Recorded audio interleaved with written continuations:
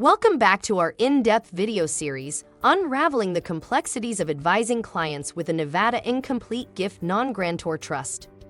With California's recent tax law change pulling the rug out from under a pivotal tax advantage, it is important to be informed and proactive, and Dunham Trust Company is here to help. In our third installment, we laid the foundation by introducing the concept of a completed gift.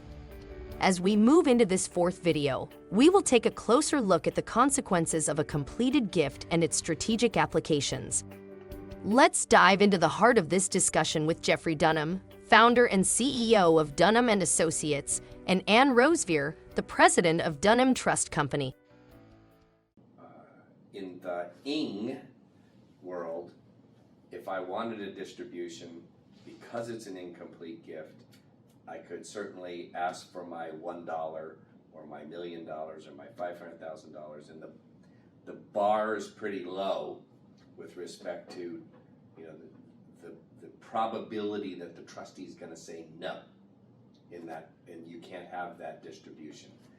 Very low in that regard. Now, if I do this completed gift thing that you're talking about, which I think is brilliant, if I do that, and I want $1 or $1 million or $500,000, and I want it, what do I want it for?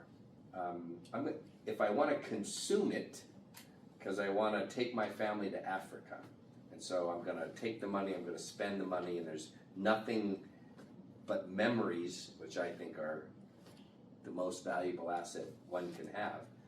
But if there's nothing tangible to show for it, I want to consume it with my lifestyle. I'm going to set that aside.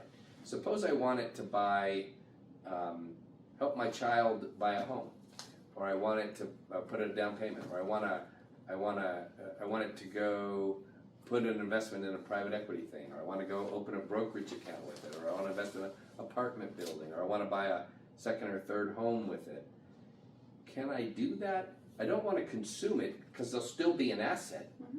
Can I do that or how do I do that if it's a completed trust, like you were describing? I'm sorry, thank you, completed gift. How do I do that? Or can I do that? A completed gift trust is its own taxpayer with its own trustee and its own prudent investor rules. So if a grantor comes to a trust, this is my view of how fiduciaries should think through this. A grantor comes to a trust and says, I want to purchase an apartment complex. I need smart lending. Are you given the power to invest as a lender and lend me money? The answer is yes. Okay. Unless a trust expressly says you cannot do this, we view this as a yes. Now, should it be a good piece of property? Should loan to value be commercially reasonable? Should we have all the security bells and whistles like any lender would? Recorded title insurance, trust all deed, those things. payments on a monthly basis. Right, or whatever it might be. Should all of those things, just if you came to, or I came to you and said, would you lend me money? You're going to think through all of those things. A trustee should not simply say, this grantor really calls the shots, I'm going to do what they say. I mean, that should go without saying, right? But the reality is, a trust is a private bank for the family within the prudent investor rules. Okay?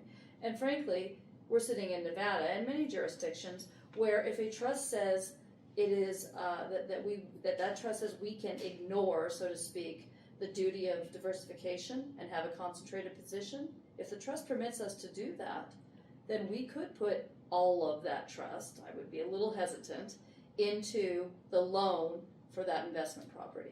So that's an extreme example, but the short answer to your question is yes, and I think the power of lending in trust for families, not only is it permissible, but I think it's a great way to teach an example, particularly to next generations, that this is not a cash cow, so to speak.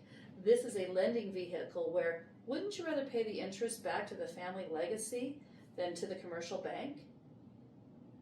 And in either way, you can still enjoy the use of the asset, because in your example, we were lending money on an apartment building that we were going to buy. So the child can own it, the parent could own it, and the completed gift trust would be the lender. Right. How you walk through that. And I apologize in terms of the example. If the example was the family vacation home, it's still, and truly being personally enjoyed, right? Not as long-term investment. That is still. You're still a bank. You're still a lender. Still a lender to a debtor. And as long as there's reasonable loan-to-value ratios, reasonable interest rates, it's perfectly legitimate and fine. Thank you for joining in this video, where we explored a completed gift's consequences and practical implications. As we have seen, understanding these nuances is critical in light of California's new tax law and its impact on the Nevada Incomplete Gift Non-Grantor Trust. As we approach the finale of our series, our 5th video will prepare you for those crucial client meetings for those who possess a NING. The 5th video will equip you with the knowledge and confidence to navigate these discussions effectively.